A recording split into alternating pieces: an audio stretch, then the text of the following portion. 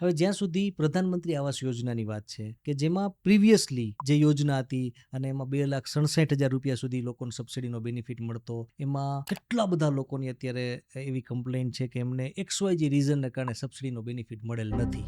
અને કેટલા બધા લોકો એવા છે કે જે અત્યારે પણ બેંક્સમાં કમ્પ્લેન કરે છે, NHBમાં કમ્પ્લેન કરે છે, અથવા મિનિસ્ટ્રી ઓફ હાઉસિંગ જે છે એમાંય કમ્પ્લેન કરે છે. પણ એ લોકોનું કેવું હોય છે કે ભાઈ અમે ઓલરેડી આ જે ક્રાઇટેરિયા હતા એ ફૂલફિલ કરેલા હતા, અમે અપ્લાય પણ કરેલું હતું, અમે એમના માટે એલિજિબલ પણ હતા, અને હજી સુધી અમને એનો સબસિડીનો બેનિફિટ મળેલ નથી. હવે બહુ દુઃખની વાત એ છે કે ભાઈ એવા લોકો માટે શું નવી સબસિડી જે છે તો 1 સપ્ટેમ્બર 2024 પછી જેણે હોમ લોન સેન્કશન અને ડિસ્બર્સમેન્ટ કરાવેલી છે એમને નવી સબસિડીનો બેનિફિટ મળશે. પણ જૂના લોકોને શું? એમને કોઈને કંઈ પ્રોબ્લેમ હોય, એમને જો સબસિડી મળેલ ના હોય તો એનું સોલ્યુશન શું?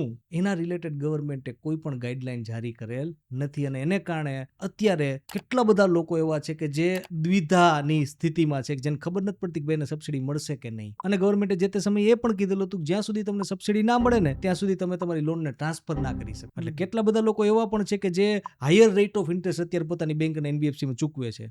કેમ? કારણ કે બેંક ફેરવી નથી શકતા. કારણ કે એને એમ છે કે જો બેંક ફેરવી નાખીશ તો સબસિડીનો લાભ નહીં મળે. તો આવા લોકો માટે ગવર્મેન્ટ કંઈક ગાઈડલાઈન પ્રોપર જાહેર કરે તો એને કારણે લાખો લોકોને બેનિફિટ થઈ શકે અત્યારે.